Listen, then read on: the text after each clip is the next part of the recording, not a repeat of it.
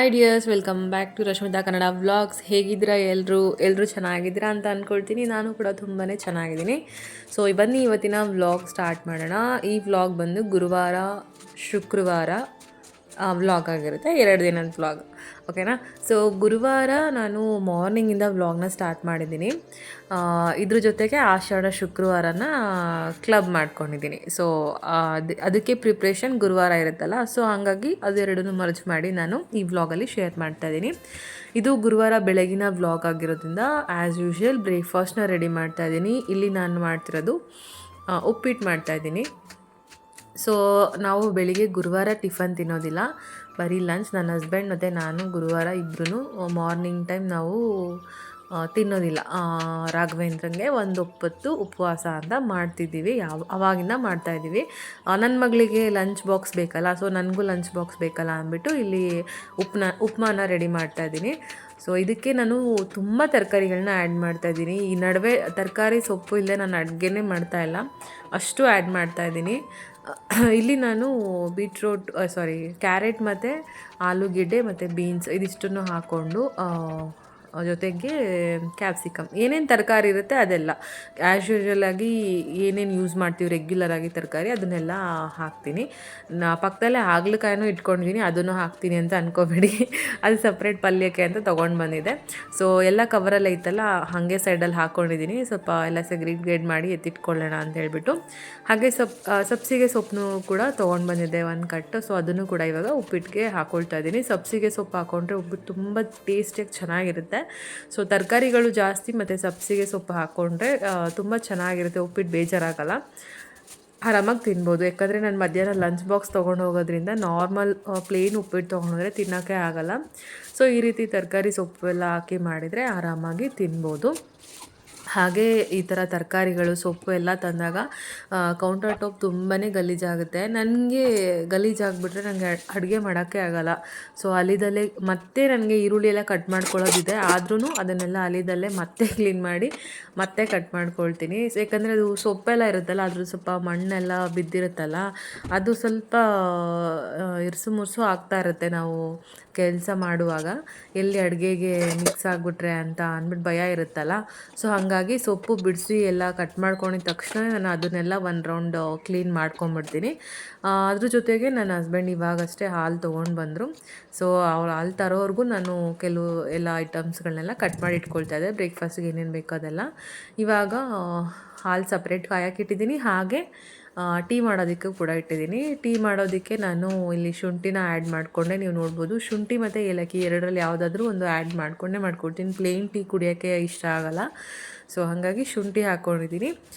ಆವಾಗಲೇ ಹೇಳ್ದಂಗೆ ಮತ್ತು ಇವಾಗ ಇನ್ನು ಈರುಳ್ಳಿ, ಹಸಿಮೆಣ್ಸಿನ್ಕಾಯಿ, ಕೊತ್ತಂಬರಿ ಸೊಪ್ಪು, ಟೊಮೆಟೊ ಇದನ್ನೆಲ್ಲ ಕಟ್ ಮಾಡ್ಕೊಳ್ಳೋದು ಇನ್ನೂ ಬ್ಯಾಲೆನ್ಸ್ ಇದೆ. ಸೊ ಹಾಗೆ ಟೀಗೆ ಇಟ್ಟಿದ್ದೀನಲ್ಲ, ಹಾಗೆ ಅದನ್ನು ಕೂಡ ಎಲ್ಲ ಕಟ್ ಮಾಡಿ ಇಟ್ಕೊಳ್ತೀನಿ. ಆಮೇಲೆ ನಾನು ಟೀ ಕುಡಿದ್ಬಿಟ್ಟು ಬಂದು ಒಗ್ಗರಣೆ ಹಾಕ್ಕೊಳ್ತೀನಿ, ಅಲ್ಲಿಗೆ ಮ್ಯಾನೇಜ್ ಆಗುತ್ತೆ. ಇಲ್ಲ ನಾನು ಟೀ ಕುಡಿದ್ಮೇಲೇ ಬ್ರೇಕ್ಫಾಸ್ಟ್ ಮಾಡೋದು ಅಂತ ಅಂದ್ಕೊಂಡ್ಬಿಟ್ರೆ ತುಂಬ ಲೇಟ್ ಆಗಿಬಿಡುತ್ತೆ. ಸೊ ಹಾಗಾಗಿ ಹಾಲು ಕಾಯಕ್ಕೆ ಇಟ್ಟಾಗಲ ಟೀ ಮಾಡ್ಕೊಳ್ತಾ ಇದ್ದಾಗ್ಲೂ ಕೂಡ ನಾನು ಬ್ರೇಕ್ಫಾಸ್ಟ್ಗೆಲ್ಲ ಏನೇನು ಬೇಕೋ ಅದನ್ನೆಲ್ಲ ಅಲ್ಲಲ್ಲೇ ಸೈಡಲ್ಲಿ ಕಟ್ ಮಾಡ್ತಾ ಇಟ್ಕೊಳ್ತಾ ಇರ್ತೀನಿ. ಸೊ ಟೀ ಕುಡಿದ್ಬಿಟ್ಟು ಬಂದಿದ್ದ ತಕ್ಷಣ ಒಗ್ಗರಣೆ ಹಾಕ್ಕೊಂಡ್ರೆ ಬ್ರೇಕ್ಫಾಸ್ಟ್ ಕೆಲಸ ಮುಗ್ದೋಗುತ್ತೆ. ನನ್ನ ಮಗಳು ಕೂಡ ಇನ್ನೂ ಎದ್ದಿಲ್ಲ, ಅವಳನ್ನೂ ಎಬ್ಬಿಸಿ ಸ್ನಾನಕ್ಕೆ ಕಳಿಸಿ ಮತ್ತು ಅವಳಿಗೂ ಒಂದು ಲೋಟ ಹಾಲು ಕೊಟ್ಟು, ಅವಳು ಹಾಲು ಕುಡಿದ್ರೆ ತಿಂಡಿ ತಿನ್ನಲ್ಲ, ತಿಂಡಿ ತಿನ್ನಬೇಕು ಅಂದರೆ ಹಾಲು ಕುಡಿಯಲ್ಲ, ಈ ಥರ ಮಾಡ್ತಾಳೆ. ಸೊ ಮಾರ್ನಿಂಗ್ ವ್ಲಾಗ್ ನಾನು ಅಲ್ಲಿಗೆ ಸ್ಟಾಪ್ ಮಾಡಿ ಮತ್ತೆ ಆಫೀಸಿಗೆ ಹೋಗಿ, ಆಫೀಸ್ ಸಂಜೆ ಮುಗಿದ ಮೇಲೆ ನಾನು ನನ್ನ ಕಲೀಗು ಇಲ್ಲಿ ಒಂದು ಬೇಕ್ರಿಗೆ ಬಂದಿದ್ವಿ. ಸೊ ಅದು ಯಾವ ಬೇಕ್ರಿ ಅಂತಲೇ ನನಗೆ ಮರ್ತೋಗಿದೆ, ಹೊಸ್ದಾಗಾಗಿದೆ, ನಂಜನಗೂಡು RP ರೋಡು. ಸ್ವಲ್ಪ ತುಂಬ ಪ್ರೀಮಿಯಮ್ ಆಗಿದೆ ಬೇಕ್ರಿ ಅಂತ ಹೇಳ್ಬೋದು. ಇಲ್ಲಿ ನಿಮಗೆ ಯಾರಿಗಾದರೂ ನಿಯರ್ ಬೈ ಇದ್ದರೆ, ನಂಜನಗೂಡವ್ರು ಯಾರಾದರೂ ವ್ಲಾಗ್ನ ನೋಡ್ತಾ ಇದ್ದರೆ, ಇಲ್ಲಿ ಕೆಲಸಗಳು ಖಾಲಿದೆ. Supervisor, accountancy, sales related work ಎಲ್ಲ ಇದೆ. ಸೊ ಅದನ್ನೊಂದು ಇನ್ಫಾರ್ಮ್ ಮಾಡೋಣ ಅಂತ ಹೇಳಿಬಿಟ್ಟು ವ್ಲಾಗ್ನ ಶೂಟ್ ಮಾಡ್ಕೊಂಡಿದ್ದೆ.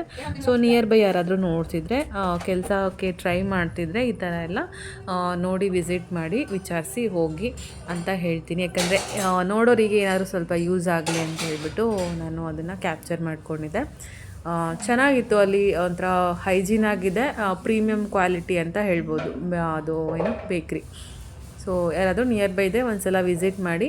ಎಲ್ಲ ಆಲ್ಮೋಸ್ಟ್ ಎಲ್ಲ ತುಂಬ ಚೆನ್ನಾಗಿತ್ತು ಅಲ್ಲಿ ಐಟಮ್ಸ್ಗಳು. ಸ್ವಲ್ಪ ಕಾಸ್ಟ್ಲಿ ಅನಿಸ್ತು, ಬಟ್ ಪ್ರೀಮಿಯಮ್ ಮತ್ತು ಹೈಜೀನ್ ತುಂಬ ಇರೋದ್ರಿಂದ ಅಷ್ಟು ಕೊಡ್ಬೋದು. Okay, next back to routine. ಮತ್ತು ನೈಟ್ ಬಂದಲ್ಲ, ಸೊ ಗುರುವಾರ ನಾಳೆ ಮೊದಲನೇ ಆಷಾಢ ಶುಕ್ರವಾರ. ಸೊ ಅದಕ್ಕೆ ನಾನು ಈಗಲೇ ಪ್ರಿಪ್ರೇಷನ್ ಮಾಡ್ಕೊಳ್ಳಿಲ್ಲ ಅಂದರೆ ಯಾವ ಕಾರಣಕ್ಕೂ ನಾಳೆ ಪೂಜೆ ನಾನು ಅಂದ್ಕೊಂಡಂಗೆ ಮಾಡೋದಕ್ಕಾಗೋದೇ ಇಲ್ಲ. ಸೊ ಬಂದಮೇಲೆ ಮನೆಯೆಲ್ಲ ಕ್ಲೀನ್ ಮಾಡ್ತಾಯಿದ್ದೀನಿ. ಮೊದಲು ನಾನು ಅಡುಗೆ ಮನೆಯಿಂದನೇ ಸ್ಟಾರ್ಟ್ ಮಾಡ್ತೀನಿ. ಅಡುಗೆ ಮನೆ ಒಂದು ನೀಟಾಗಿ ಕ್ಲೀನ್ ಆಗಿಬಿಟ್ರೆ ಬೇರೆದ್ದೆಲ್ಲ ಫಾಸ್ಟಾಗಿ ಕ್ಲೀನ್ ಮಾಡ್ಕೋಬೋದು. ಈ ಬೆಳಗ್ಗೆಯಿಂದ ಪಾತ್ರೆಗಳೆಲ್ಲ ಇರುತ್ತೆ, ಅದನ್ನೆಲ್ಲ ತೊಳೆದು ಎತ್ತಿಡಬೇಕು. ಈ ಪಾತ್ರೆದೊಂದು ಕೆಲಸ ಮುಗಿದ್ರೆ ಅಡುಗೆ ಮನೆ ಕೆಲಸನೇ ಮುಗಿದೋಯ್ತು ಅನ್ನೋ ಥರ ಇರುತ್ತೆ. ಸೊ ನಾನು ತೊಗೊಂಡೋಗಿ ಲಂಚ್ ಬಾಕ್ಸು, ನನ್ನ ಮಗಳದು ಬೆಳಗ್ಗೆ ಸ್ವಲ್ಪ ತಿಂಡಿ ಎಲ್ಲ ಮಾಡಿರೋ ಐಟಮ್ಸ್ಗಳು, ಅದು ಇದು ಏನಾದರೂ ಇದ್ದೇ ಇರುತ್ತೆ. ಪಾತ್ರೆ ಏನೋ ಹೇಳ್ತಾರಲ್ಲ ಅಕ್ಷಯ ಪಾತ್ರೆ ಅಂತ, ಏನು ಒಂದು ಹಾಕಿದ್ರೆ 10 ಆಗೋ ಥರ ಸಿಂಕ್ ತುಂಬೋಗ್ತಾನೆ ಇರುತ್ತೆ, ನಾವು ತೊಳಿತಾನೇ ಇರಬೇಕು. ಸೊ ಅದೇ ಥರ ನಾನು ಇಲ್ಲಿ ಇವಾಗ ಪಾತ್ರೆಗಳನ್ನೆಲ್ಲ ವಾಶ್ ಮಾಡಿ ಎತ್ತಿಟ್ಕೊಂಡೆ. ಸೊ ಅಡುಗೆ ಮನೆಯೂ ಕೂಡ ಆಲ್ಮೋಸ್ಟ್ ಕ್ಲೀನ್ ಮಾಡ್ಕೊಂಡಿದ್ದೀನಿ. ಇನ್ನು ಮನೆಯನ್ನು ಎಲ್ಲ ಗುಡಿಸ್ಬಿಟ್ಟು ಒರೆಸಿ ಬಿಟ್ಬಿಟ್ರೆ ಬೆಳಗ್ಗೆ ಎದ್ದು ದೀಪ ಹಚ್ಕೊಂಡು ದೇವಸ್ಥಾನಕ್ಕೆ ಹೋಗೋಣ ಅಂತ ಅಂದ್ಕೊಂಡಿದ್ದೀನಿ. ನಾನಿಲ್ಲಿ 6 ಗಂಟೆಗೆ ದೇವಸ್ಥಾನಕ್ಕೆ ಹೋಗಬೇಕು, ಯಾಕಂದರೆ ಸ್ವಲ್ಪ ಲೇಟ್ ಆಗಿಬಿಟ್ರೆ ಜನ ಜಾಸ್ತಿ ಬಂದುಬಿಡ್ತಾರೆ. ಆವಾಗ ನಮಗೆ ಮತ್ತೆ ಡ್ಯೂಟಿಗೆ ಹೋಗೋಕ್ಕೆ ಮತ್ತೆ ಲೇಟ್ ಆಗುತ್ತೆ ಅಂತ ಅಂದ್ಬಿಟ್ಟು 6 ಗಂಟೆಗೆ ಹೋಗೋಣ ಅಂತ ನಾನು ನನ್ನ ಕಲೀಗ್ ಮಾತಾಡ್ಕೊಂಡಿದ್ದೀವಿ. ಸೊ ಹಾಗಾಗಿ ನಾವು ನಿಂಬೆಹಣ್ಣು ದೀಪನ ಹಚ್ತಾ ಇದ್ದೀನಿ. ಸೊ ಕೆಲವರು 5, 9 ಈ ಥರ ಹಚ್ತಾರೆ. ನಾನು 9 ದೀಪನ ಹಚ್ತಾ ಇದ್ದೀನಿ. ಸೊ ಪ್ರತಿ ಶುಕ್ರವಾರನೂ ಇದು ದೇವಸ್ಥಾನಕ್ಕೆ ಹೋಗಿ ಈ ಥರ ಹಚ್ಚೋದ್ರಿಂದ ನಮ್ಮ ಕಷ್ಟ ಏನಾದರೂ ಇದ್ದರೆ ಅದೆಲ್ಲ ಕಡಿಮೆ ಆಗುತ್ತೆ, ನಮ್ಮ ದಾರಿ ನಿರಾಳವಾಗಿ ಸಾಗುತ್ತೆ ಅನ್ನೋದೊಂದು ನಂಬಿಕೆ. ಸೊ ಹಾಗಾಗಿ ಎಲ್ಲ ಒಳ್ಳೆಯದಾಗಲಿ ಅಂತಲೇ ಅಲ್ವಾ ಎಲ್ಲರೂ ಮಾಡೋದು. ಸೊ ಹಾಗಾಗಿ ಒಳ್ಳೆಯದಾಗಲಿ ಅಂತಲೇ ನಾನು ಕೂಡ ಮಾಡ್ತಾಯಿದ್ದೀನಿ. ಸೊ ಯಾರೆಲ್ಲ ಆಷಾಢ ಶುಕ್ರವಾರ ಲೇಡೀಸ್ ಮಾಡ್ತಾಯಿದ್ದೀರಾ ಕಮೆಂಟ್ ಮಾಡಿ, ನನಗೂ ಗೊತ್ತಾಗುತ್ತೆ ಯಾರೆಲ್ಲ ಮಾಡ್ತಿದ್ದೀರಾ, ನನ್ನ ವ್ಲಾಗ್ಸ್ ನೋಡ್ತಿದ್ದೀರಾ ಅಂತ. ವ್ಲಾಗ್ಸ್ ನೋಡ್ತಿರ್ತೀರಾ, ಕಮೆಂಟ್ಗಳೇನೂ ಬರೋಲ್ಲ, ಸ್ವಲ್ಪ ಲೈಕ್ಸ್ ಬರುತ್ತೆ, ಕಮೆಂಟ್ಸ್ ಬರ್ತಿಲ್ಲ. ಇಟ್ಸ್ ಓಕೆ, ಏನಾದರೂ ಇದ್ದರೆ ಕಮೆಂಟ್ ಮಾಡಿ, ನನಗೂ ಕೂಡ ಕನೆಕ್ಟ್ ಆಗ್ಬೋದು ಅಂತ ಹೇಳಿ ಅಷ್ಟೇ, ಇನ್ನೇನಿಲ್ಲ. ಸೊ ಮಾರ್ನಿಂಗ್ ಇದು ದೀಪ ಎಲ್ಲ ಹಚ್ಚಿದ್ದಾಯಿತು, ದೇವ್ರ ದರ್ಶನಕ್ಕೆ ನಿಂತ್ಕೊಂಡಿದ್ವಿ. ಸೊ ತುಂಬ ಲೇಟಾಗಿ ಓಪನ್ ಮಾಡಿದ್ರು, ಇನ್ನೂ ಬೇಗ ಓಪನ್ ಮಾಡಬೇಕಿತ್ತು. ಸೊ ದೇವಿ ಅಲಂಕಾರ ಎಲ್ಲ ತುಂಬ ಚೆನ್ನಾಗಿತ್ತು. ನನಗೆ ಕಂಪ್ಲೀಟಾಗಿ ಕ್ಲಿಯರಾಗಿ ಶೂಟ್ ಮಾಡ್ಕೊಳ್ಳೋಕ್ಕಾಗಲಿಲ್ಲ, ಎಷ್ಟಾಗುತ್ತೆ ಅಷ್ಟು ಮಾಡ್ಕೊಂಡಿದ್ದೀನಿ. ಸೊ ಇದನ್ನು ಮುಗಿಸ್ಕೊಂಡು ಮತ್ತೆ ಮನೆಗೆ ಹೋಗಿ ಮತ್ತೆ ಮನೆಯಲ್ಲೂ ಕೂಡ ಎಲ್ಲ ದೀಪ ಎಲ್ಲ ಹಚ್ಚಿ ಮನೇಲಿ ಧೂಪ ಎಲ್ಲ ಹಾಕಿ ಬೆಳಿಗ್ಗೆನೇ ದೇವ್ರ ಸುಪ್ರಭಾತ ಹಾಕಿ, ಅದರಲ್ಲೂ ಚಾಮುಂಡೇಶ್ವರಿದು ಐಗಿರಿ ನಂದಿನಿ ಸಾಂಗ್ ಇದೆಯಲ್ಲ, ಅದಂತೂ ತುಂಬ ಪಾಸಿಟಿವ್ ಇರುತ್ತೆ ಮನೆಯಲ್ಲಿ. ಎಷ್ಟು ಚೆನ್ನಾಗಿರುತ್ತೆ ಅಂದರೆ ದೇವ್ರು ಮಾಡಿದಾಗ ಒಂಥರ ಮನಸ್ಸು ಅಷ್ಟೇ ಪ್ರಶಾಂತವಾಗಿರುತ್ತೆ.